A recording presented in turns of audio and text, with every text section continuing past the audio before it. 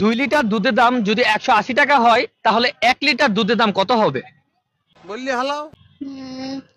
2 litre দুধের দাম যদি 180 টাকা হয় তাহলে 1 লিটার দুধের দাম কত? 100 কত? 140 হবে। 140। আমি আপনাকে 2 লিটার থেকে 1 লিটারের দাম বলতে বলছি।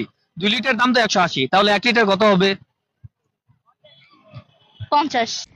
তো গাইস, তোমরা সবাই বলো তো কোন চুড়ি হাতে পড়ে না? সবাই কিন্তু অবশ্যই কমেন্ট করে জানাবে। আমি জানি, আমি বলবো না, এটা হচ্ছে দর্শকের জন্য।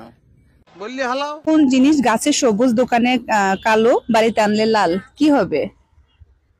জানি না। গাছে সবুজ, দোকানে কালো, বাড়িতে আনলে লাল।